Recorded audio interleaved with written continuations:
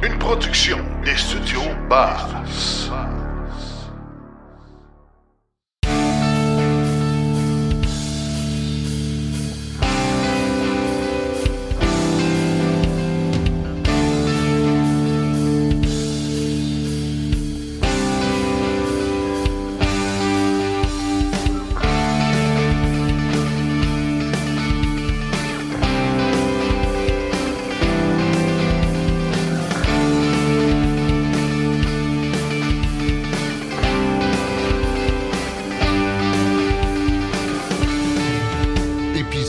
Hors série. Bonjour tout le monde, bienvenue à cet épisode spécial hors série Salon du véhicule électrique de Montréal qui a eu lieu du 21 au 23 avril dernier. Lors de cet événement, nous avons fait sur 3 jours des captations devant public d'entrevues. Nous allons donc vous les offrir graduellement et aujourd'hui, on en a 2. On va avoir François Lefebvre de Nissan Canada, mais tout d'abord, on va parler avec des employés de la compagnie Bectrol qui va nous expliquer un peu plus ce qu'est l'entreprise Bectrol.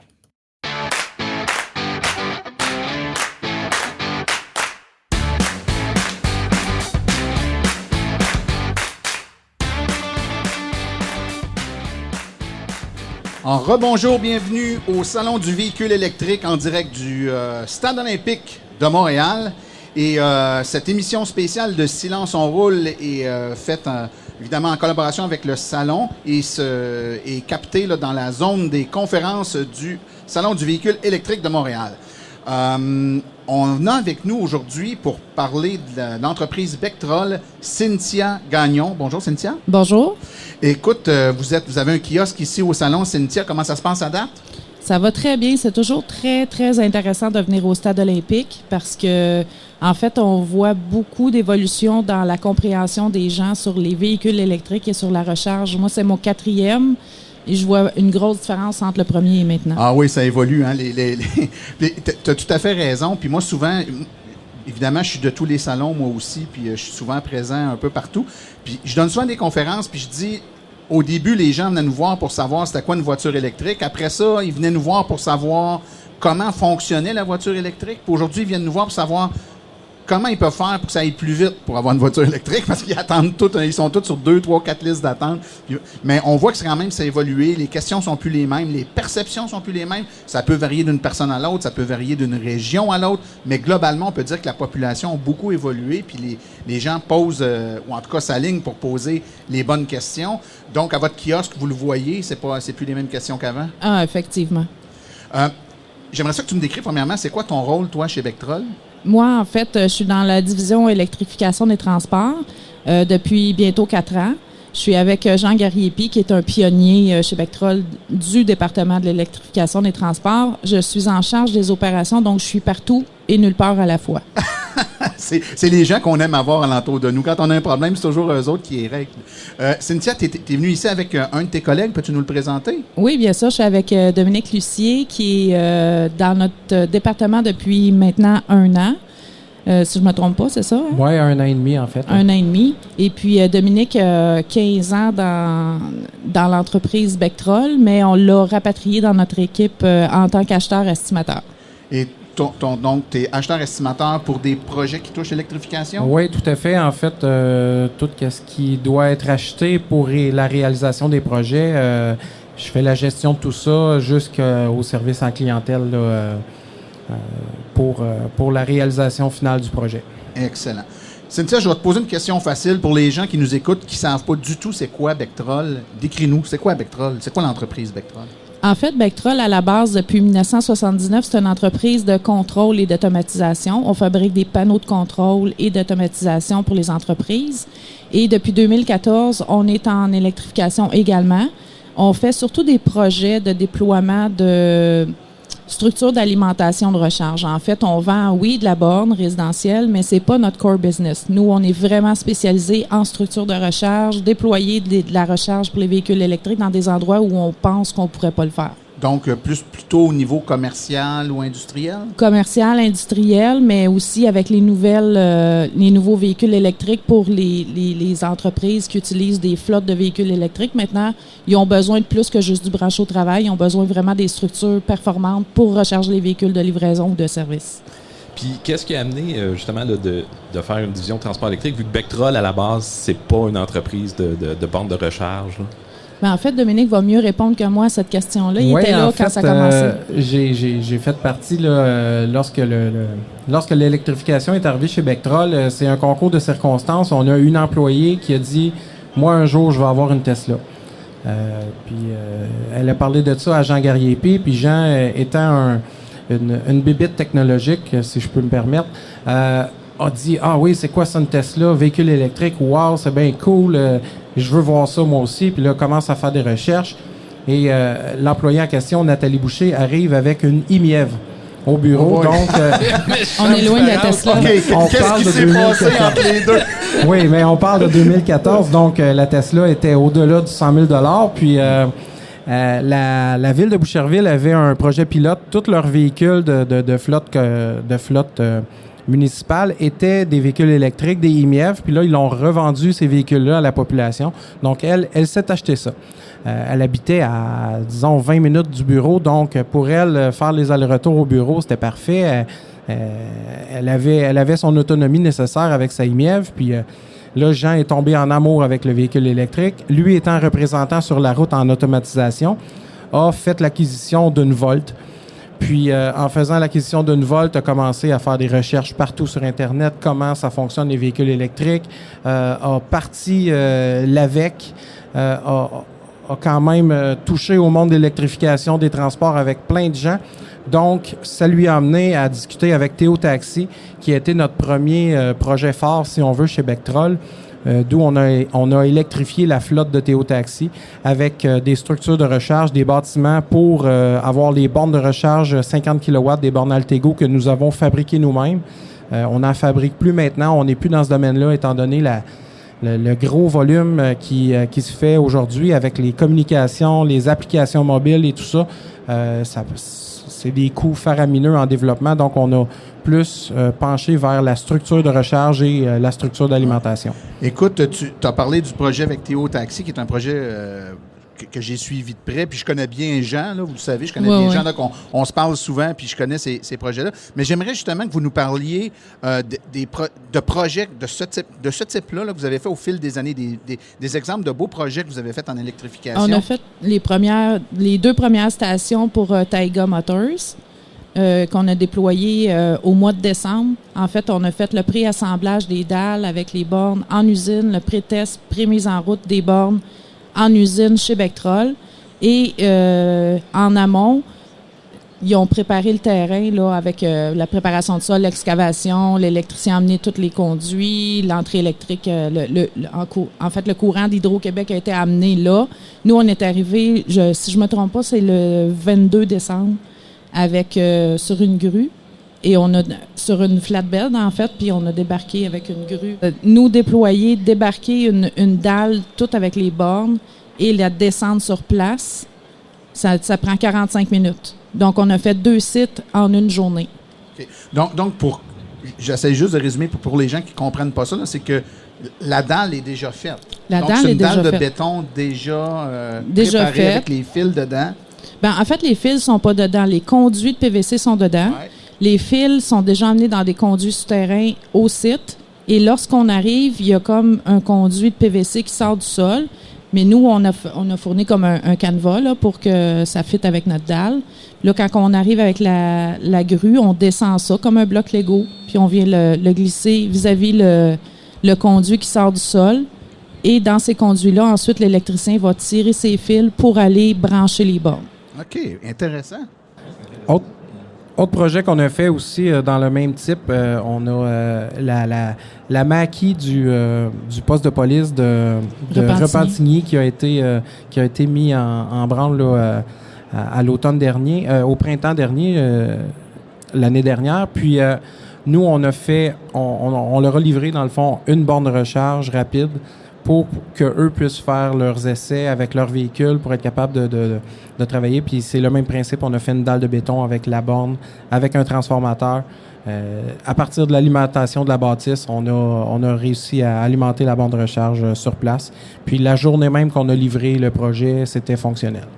Très intéressant. En fait, ce que je réalise, c'est que c'est des projets sur mesure qui sont un peu différents là, du projet typique de...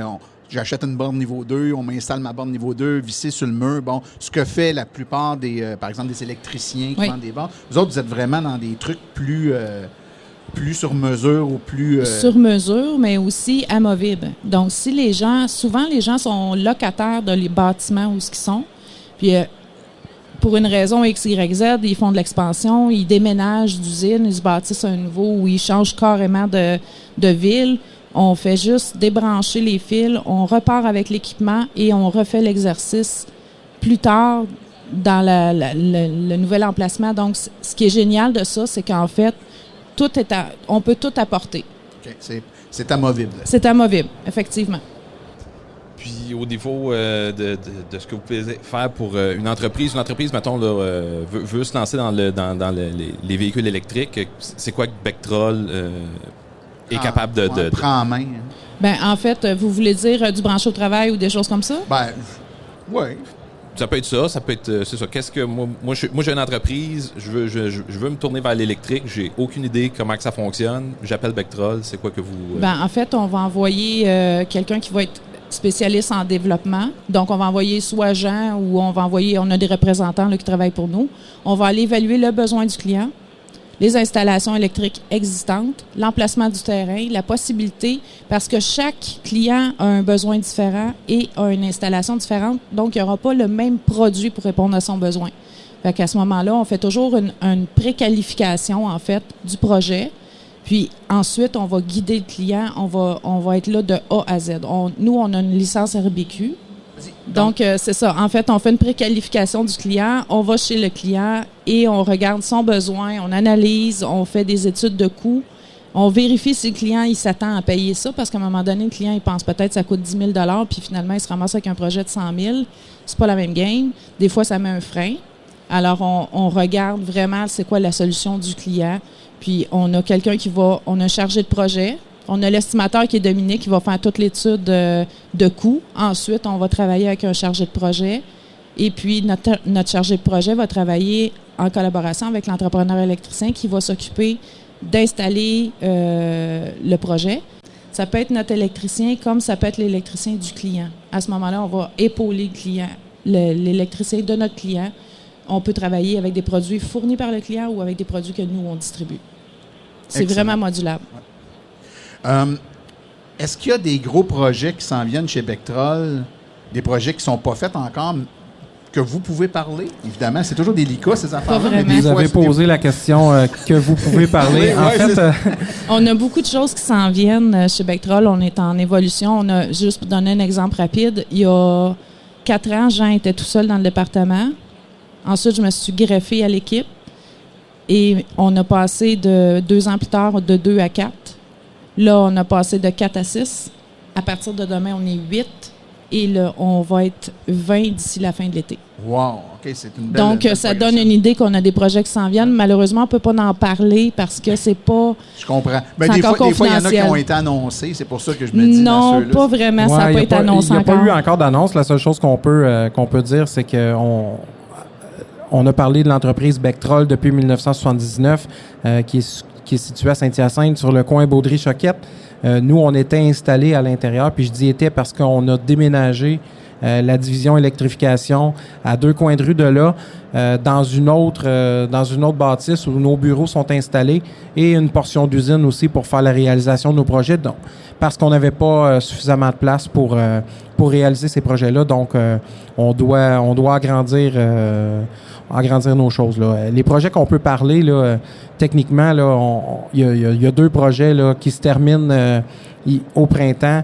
Ces 2 projets avec Post Canada qu'on a fait, déploiement de bornes de recharge pour pour leur flotte à eux parce que certaines succursales de Post Canada qui font la livraison du courrier ont acheté des e-transit électriques.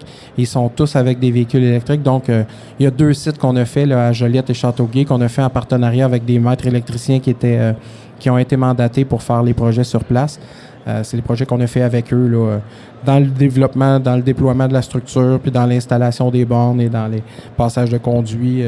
En fait, on fait du clé en main pour le client qui veut qu'on s'occupe de tout, ou on va faire la portion que le client a besoin qu'on fasse pour lui. On n'est pas arrêté à faire le projet au complet, mais on accompagne le client dans ses besoins précis.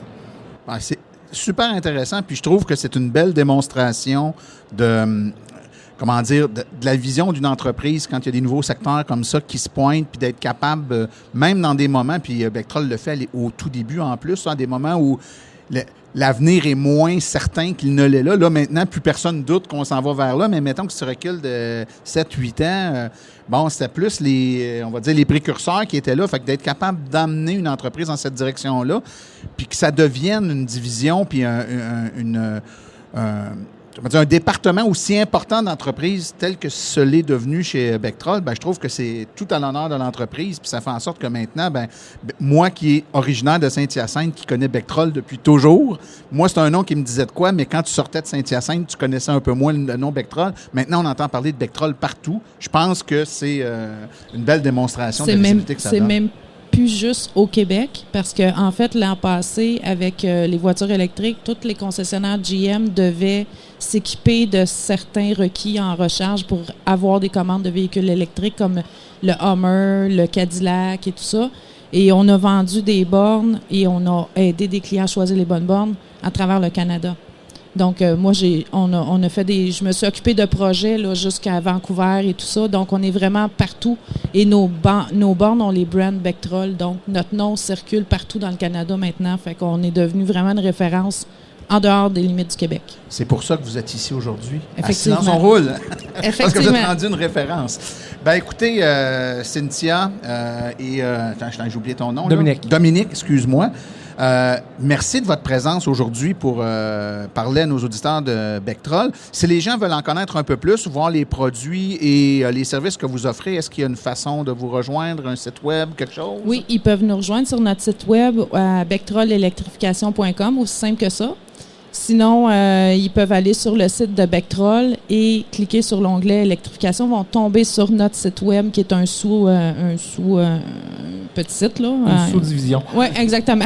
De toute façon, sinon, on a un kiosque ici. Ils peuvent passer nous voir. Ça va nous faire plaisir de leur parler. Mais quand les gens vont entendre le podcast, le salon va être fini. Oui, c'est vrai. C'est pas du direct. C'est pas du direct. Je vais quand même mettre les références à votre site web dans les liens qui viennent avec le podcast. Donc, les gens qui sont intéressés pourront simplement cliquer puis s'y rendre. À vous deux, merci beaucoup de votre présence à Silence on roule. Merci de l'invitation. Merci.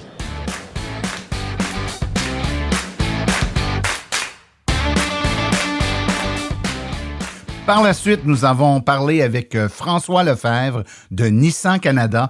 On a parlé de plein de choses avec lui. Vous allez voir, l'échange est assez ouvert et direct. Très intéressant comme toujours, François. Et nos premières questions étaient en lien avec la Nissan Ariya, le nouveau véhicule de la marque. On lui demandait un peu d'informations sur ce nouveau véhicule qui vient de sortir.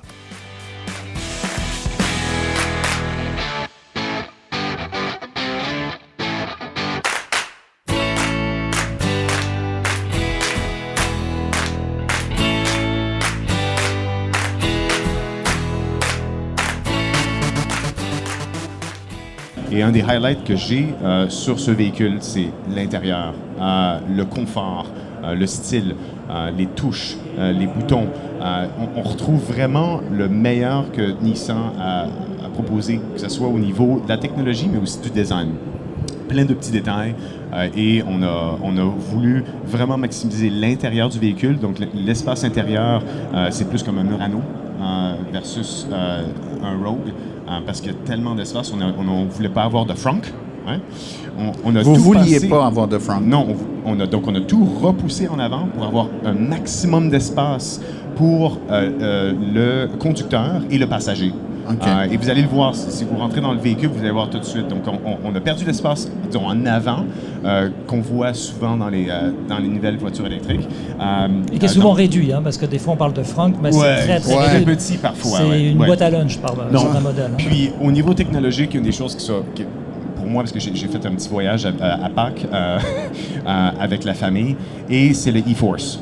Technologie, oui, attraction intégrale, double moteur, etc.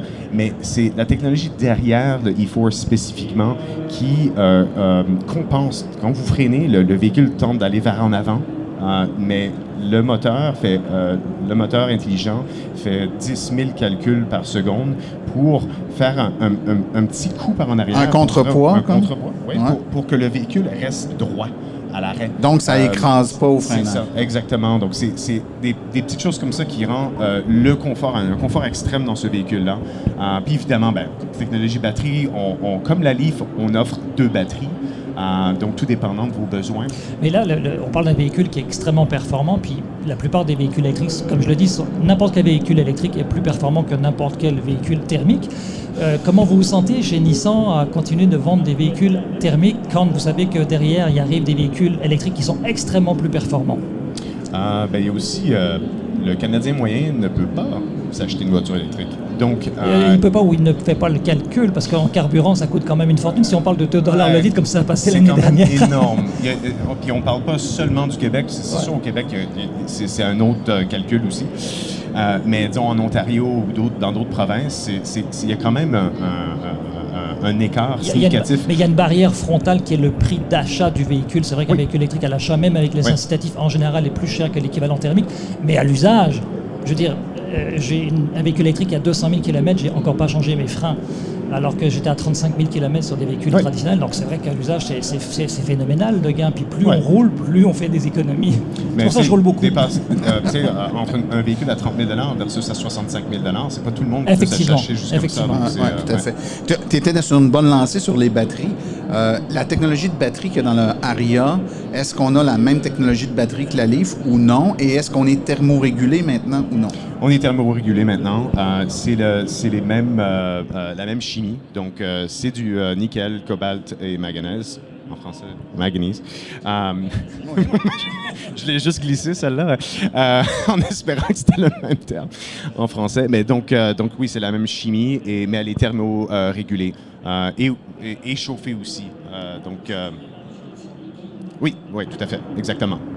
Okay. Au niveau de l'ARIA au Québec, il y a sûrement un grand engouement. Est-ce qu'avec les précommandes ou les premières livraisons ou les commentaires des clients, vous voyez déjà qu'il y a une version qui va être plus populaire, soit une longue autonomie, 4 roues motrices? Oui, on a tendance à penser que le 4 roues motrices au Québec est comme plus populaire puis que c'est un incontournable. Oui, c'est une très bonne question parce qu'on en parle beaucoup au bureau parce qu'on a un des seuls véhicules qui offre une traction versus propulsion. Donc, c'est très intéressant pour les Québécois. Si on met des pneus d'hiver, on n'a pas nécessairement besoin de la traction intégrale. Et on a plus d'autonomie avec ce véhicule. Alors, si vous voulez maximiser l'autonomie et vous n'avez pas besoin de votre traction intégrale, vous avez juste besoin des bons pneus d'hiver, Cela dit, je vais juste contrarier ça un petit peu, mais sur Tesla, les 4 roues motrices ont plus d'efficacité énergétique que les 2 roues motrices parce que les 2 moteurs fonctionnent à des points de fonctionnement différents. Donc, c'est plus le cas comme c'était le cas dans les thermiques. Mais je comprends qu'en fait, au Québec, c'est vrai qu'on a la fausse impression qu'on a absolument besoin d'un 4 roues motrices, alors qu'une traction est très efficace. Surtout dans l'électrique. Oui, que le centre de gravité est bas, la voiture. Les gens sont souvent surpris. Le temps passe très vite, mais quand même, là, on a eu la Leaf sur laquelle le Nissan ça a été votre véhicule phare dans l'électrique dans les 10 dernières années. L'Aria s'en vient. Mais quels sont les plans futurs pour Nissan? Je sais qu'il y a eu beaucoup d'annonces spéculatives. Je veux dire, il n'y a rien de clair, mais qu'est-ce qui s'en vient chez Tesla dans le futur du côté de l'électrique? Est-ce qu'il y a des nouveaux modèles de voitures? Est-ce qu'il y a peut-être des VUS un peu plus gros, des camionnettes? On sait qu'on aime beaucoup les camionnettes ici au Québec. Qu'est-ce qui s'en vient? Donc, on regarde à tous les segments. Donc, ça, c'est très clair avec Nissan. On regarde tout le temps à tous les segments qu'on fait de l'analyse de marché.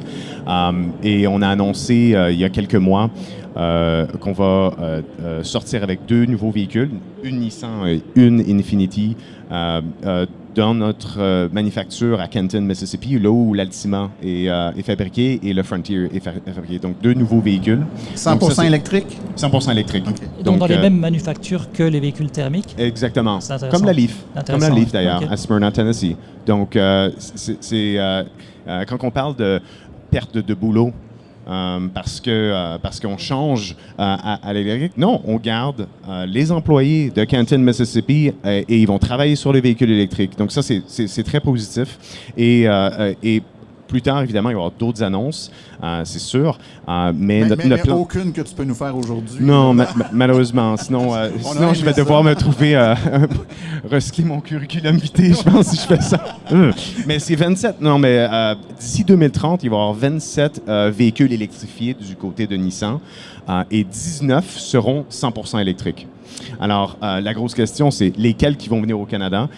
Nous, ça ne veut pas dire que on est à côté de nos amis américains dans le Nord et on va avoir absolument les mêmes produits. Non, habituellement, on essaie de voir qu'est-ce qui serait le parfait produit pour le Canada spécifiquement. Et la preuve, c'est que, par exemple, la Micra est venue au Canada. Elle n'a jamais été lancée, cette Micra-là, aux États-Unis. Donc, on regarde vraiment le marché canadien comme un marché indépendant, ce qui est très important. Puis quand vous regardez le marché canadien comme étant un marché indépendant, on sait qu'également le Québec a ses particularités qui le rendent aussi un peu différent du reste du Canada. Est-ce que vous avez cette l'hiver interminable, c'est ça? Oui, l'hiver, mais je dirais la fibre des Québécois par rapport aux voitures, ce qui fait vibrer le Québécois moyen est relativement différent de ce qui fait vibrer l'Albertain moyen. Je pense que j'ai pas besoin de faire de démonstration mathématique de la situation. Ouais. Donc, dans ce sens, les segments de marché ou les types de véhicules qui vont être plus populaires ici peuvent être différents. Ou à l'inverse, je devrais dire, certains véhicules qui sont très populaires peut-être dans l'Ouest canadien ou en Ontario peuvent être moins populaires ici. Donc, j'imagine que vous tenez compte de cette réalité-là quand vous décidez quel véhicule va être livré où. Par contre, votre segment de marché est par pays, non pas par province. J'imagine que vous n'allez pas lancer un véhicule juste au Québec puis pas en Ontario. Tout à fait. Mais on va analyser le marché pour comprendre où on va envoyer ces véhicules. C'est ça, la distribution. Donc, absolument. La distribution, c'est très, très important. Puis c'est pas seulement dû à un mandat ZEV. On n'a jamais dit non, je vais pas envoyer mes Leaf ou mes Aria en Ontario parce qu'il n'y a pas de mandat ZEV. Je vais tous les envoyer au Québec. C'est vraiment le client qui met la pression sur nous pour envoyer les véhicules au Québec. J'ai une petite question. Les volumes de production, est-ce qu'ils vont rejoindre la demande? Parce qu'il y a une demande extrême, on en parle souvent, mais les véhicules électriques, le principal problème à l'heure actuelle de l'adoption des véhicules électriques, c'est la disponibilité. Absolument. Est-ce que Nissan va travailler là-dessus? Et dire, parce qu'avoir 27 modèles, c'est bien, mais avoir de la livraison, c'est autre chose. Oui, tout à fait. On travaille toujours tout le temps sur en avoir plus de disponibilité, mais il y a beaucoup de ventes face en ce moment avec les semi-conducteurs, les pièces. Donc, ça affecte nos véhicules thermiques et les véhicules électriques. Et puis, donc ça, c'est... Mais ça devrait se régler, ça. Non, absolument. Et aussi...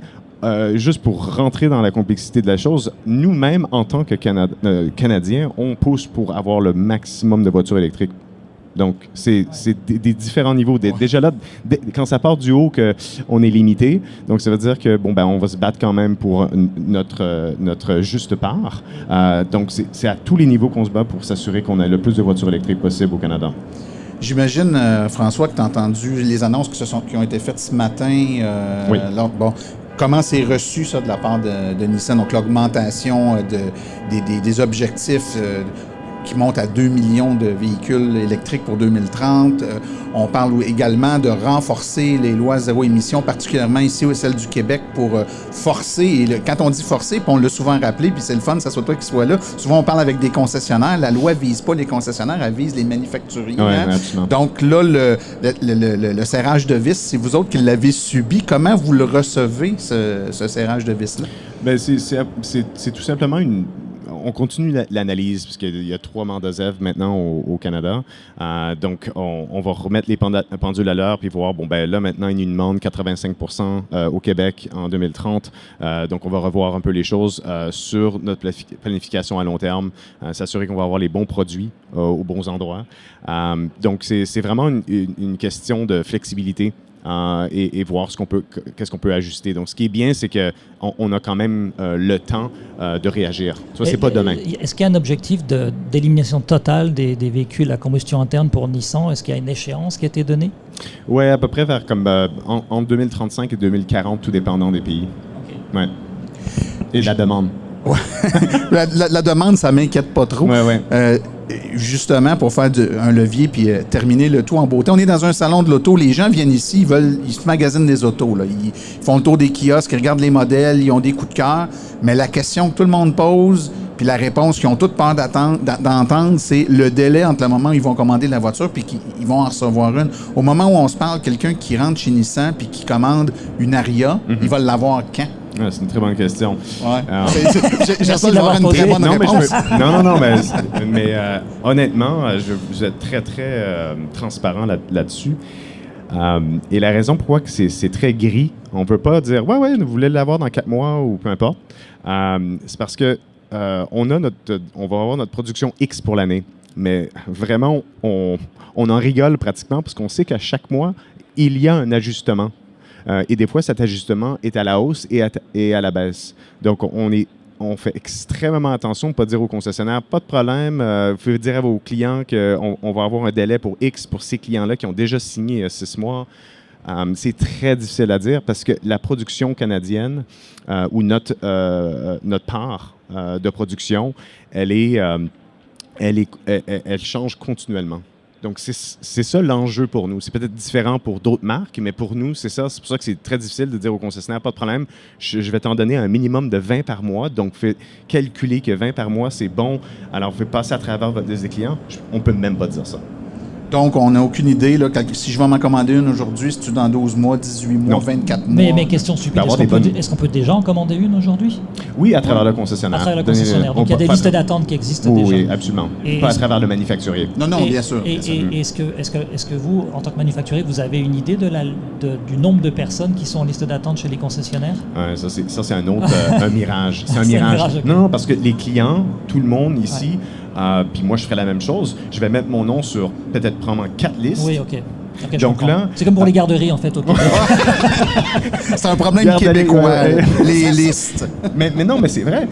Donc, tu sais, le mec, il va passer à travers 6 mois plus tard. Ah non, je l'ai déjà ramassé à un autre concessionnaire ou à un autre manufacturier. Puis bon, ça va. Donc, ça fait un peu des listes plus ou moins exactes. Et vous êtes contraint de passer par un système de liste d'attente de concessionnaires plutôt qu'une liste généralisée qui serait répartie sur les régions? Oui, on veut vraiment que les concessionnaires continuent à être vraiment le point de source. Ça fait un peu. On a fait la prévente l'année passée pour la Aria. Ça, c'était très spécial. On pouvait le faire sur le site web, mais aussi avec les concessionnaires, ce qui était bien. Mais ça, c'était vraiment unique pour le lancement de la Aria. Excellent. Ben écoute, on est déjà arrivé à la fin. François Lefebvre de Nissan Canada, merci beaucoup pour ta présence au podcast aujourd'hui. Ça fait plaisir. Merci beaucoup. Merci. Au revoir.